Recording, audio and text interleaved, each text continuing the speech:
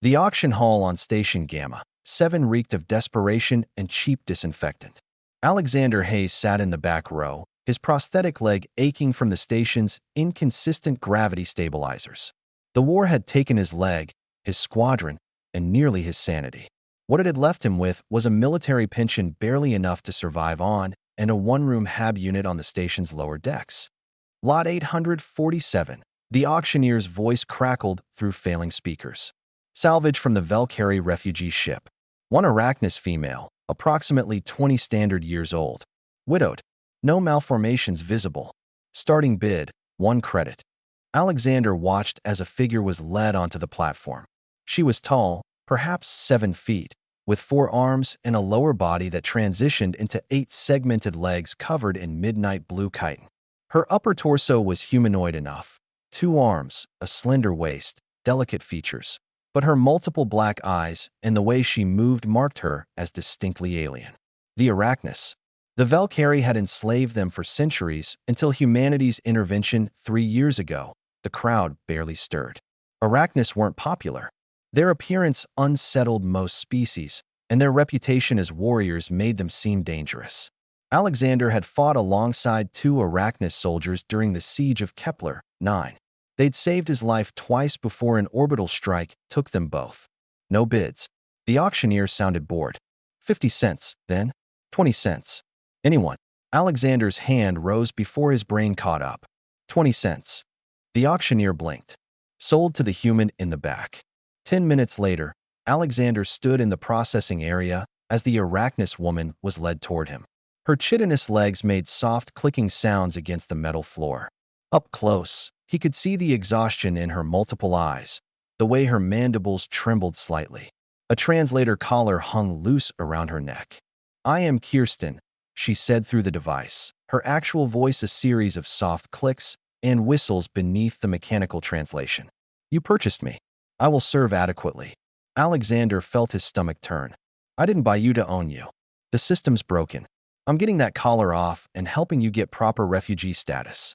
All 6 of her eyes focused on him with an intensity that made him step back. "Why?" "Because it's the right thing to do." He started walking toward the exit. "Come on. My place isn't much, but it's better than a holding cell." The first week was awkward. Alexander's HAB unit had 1 room, 1 bathroom, and a kitchen alcove. He gave Kirsten the bed and took the floor, despite her protests. She moved quietly, always alert, and he often woke to find her standing by the small viewport, staring at the stars. She refused to eat at first. "I am a burden," she said. "Resources should not be wasted." "You're a person, not a burden," Alexander insisted, pushing a plate of protein paste toward her. "Eat."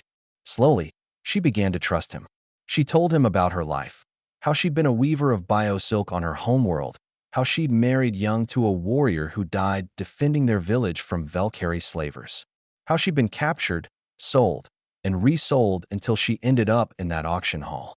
"I wanted to die," she admitted one evening, her voice barely a whisper through the translator. "Then you bid for me. 20 cents. The price of a broken tool." She made a sound that might have been laughter.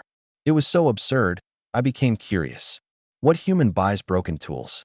"You're not broken," Alexander said firmly. "Neither are you," she replied, looking at his prosthetic leg. "Yet we both think we are." Alexander started teaching Kirsten about human culture, station regulations, and her legal rights. She was brilliant, absorbing information rapidly. In return, she began to care for their small space with meticulous attention. He'd come home from his part-time job at the cargo docks to find the HAB unit spotless, simple meals prepared, and small decorations she'd made from recycled materials. One day, he found her weaving. She'd somehow acquired thin fiber strands and was creating intricate patterns with her multiple hands, her movements hypnotic and precise. The result was a tapestry of stunning beauty, geometric patterns interwoven with organic designs that seemed to shift in the light. "This is incredible," Alexander breathed. "It is what I am," Kirsten said simply. "It is what I was before everything was taken." Alexander had an idea. He contacted an old military friend who ran an art gallery in the station's commercial sector. 3 days later, Kirsten's tapestries were on display. Within a week, they'd sold for enough money to move into a 2-bedroom unit. Within a month, Orders were coming in from across the sector. 6 months after that auction, Alexander sat in their new living room, watching Kirsten work on a commission piece. She moved with confidence now, her chitinous form no longer hunched in defeat, but elegant and purposeful. "Alexander," she said, not looking up from her weaving, "I need to tell you something." He set down his coffee. "What's wrong?" "Nothing is wrong. Everything is right. That is the problem." She turned to face him, all 6 eyes meeting his too. "In my culture, when someone saves your life, you owe them a life debt. But you gave me more than life. You gave me purpose, identity, hope. I do not know how to repay this. You don't owe me anything, Kirsten. I know. That is why I wish to give you everything." She moved closer, her upper hands clasped nervously. "Among my people, we have a word, Kael'thran. It means miracle giver. One who appears when all hope is lost and changes fate itself. You paid 20 cents for me. 20 cents. And yet, you treated me as priceless. You are my Kael'thran, Alexander Hayes." Alexander felt his throat tighten. "You're mine too. I was lost before you. Just going through motions. You reminded me why I fought that war. Why any of it mattered." Kirsten reached out with one delicate hand, touching his face with surprising gentleness. "Then we are both miracles to each other. Two broken tools, making something beautiful." "Not broken," Alexander corrected, covering her hand with his own. "Just different. And together." "Together," she agreed, the translator caller rendering her clicking voice as warm as summer rain. Outside their viewport, the stars wheeled on, indifferent to the story of a wounded veteran and a widowed alien who found in each other what the galaxy had tried to take away: the belief that they were worth more than 20 cents, worth more than the sum of their scars. They were worth everything.